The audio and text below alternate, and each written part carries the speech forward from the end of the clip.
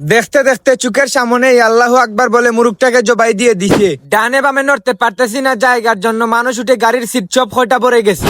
আজ হচ্ছে রমজানের আগের দিন, মানে হচ্ছে আজ রাত সেহরি খাওয়ার পর কাল থেকে রোজা রাখা হবে। যেহেতু আজ প্রথম সেহরি, এর জন্য আমাকে বাড়ি থেকে বলা হয়েছিল আমি যেন বাজার থেকে আসার সময় একটা লাল মুরগি নিয়ে আসি। কিন্তু দুঃখজনক ভাবে আমাদের বাজারে এসে আমি লাল মুরগি পাই নাই, শুধু ফুলটি মুরগি পেয়েছি। আমাদের বাজারে লাল মুরগ না পেয়ে এখন চলে আসি আমি ঢাকা সিলেট হাইওয়ে রোডে শেরপুর যাওয়ার জন্য। আমাদের বাজারে লাল মুরগ না মিললেও শেরপুর অবশ্যই মিলবে। একটু সময় অপেক্ষা করার পর দেখি একটা সিএনজি আসছে শেরপুর যাওয়ার জন্য। আমি আর দেরি না করে সিএনজিতে উঠে পড়ি। সিএনজিতে উঠার পর আমি ডানে বামে নড়তে পারতেছি না জায়গার জন্য। একটা সিএনজিতে মানুষ 5 জন, আমরা উঠে গেছি 6 জন, এই আর কি। অনেক কষ্ট করে ঠেলাঠেলি করে যাইতেছি, দরকার হলে আসার সময় খালি গাড়ি নিয়ে আসবো, তারপরে তো পেরা নিয়ে লাভ নাই। যাই হোক, অনেক সময় ধরে ঢাকা শহরের ফুটপাতের জাম ঠেলাঠেলি করে আমি চলে আসি শেরপুর।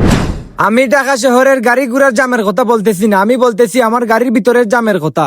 শেরপুর আসার পর আমার পেটের ভিতরে অনেক ক্ষুধা লাগছে, এর জন্য আমি একটা খিচুড়ির দোকানে ঢুকি। খিচুড়ির দোকানে ঢুকার পর আমার সামনে একজন বড় ভাই জানকে দেখতেছেন। আমি উনাকে বললাম, বড় ভাই আমাকে 1 প্লেট খিচুড়ি দিয়েন। উনাকে খিচুড়ির কথা বলার পর আমার অবস্থা দেখে উনি সাথে সাথে আমাকে 1 প্লেট খিচুড়ি দেন। আর আমিও খিচুড়ি হাতের কাছে পাওয়ার পর পেট ভরে খেয়ে ফেলি। পেট ভরে খিচুড়ি খাওয়ার পর এখন আমি চলে আসি লাল মুরগ নেওয়ার জন্য মুরগের হাটে। মুরগের হাটে আসার পর অনেক সময় মুরগগুলিকে দেখার পর একটা মুরগ আমার ভালো লেগে যায়। এই মুরগ আমার ভালো লাগার পর আমি দোকানদার ভাইকে বললাম, ভাই আমাকে এই মুরগ জবাই করে দিয়ে দেন। এই কথা বলার পর উনি পিঞ্জিরার ভিতর থেকে মুরগটিকে বের করে জবাই করে ফেলেন আমাকে দেওয়ার জন্য। মুরগটাকে জবাই করার পর আমি টাকা দিয়ে মুরগটাকে হাতে করে নিয়ে আসি বাড়িতে। আজকের ভিডিও এখানে সমাপ্ত হয়ে গেল। ততক্ষণে আপনারা ভালো থাকবেন, সুস্থ থাকবেন। আল্লাহ হাফিজ।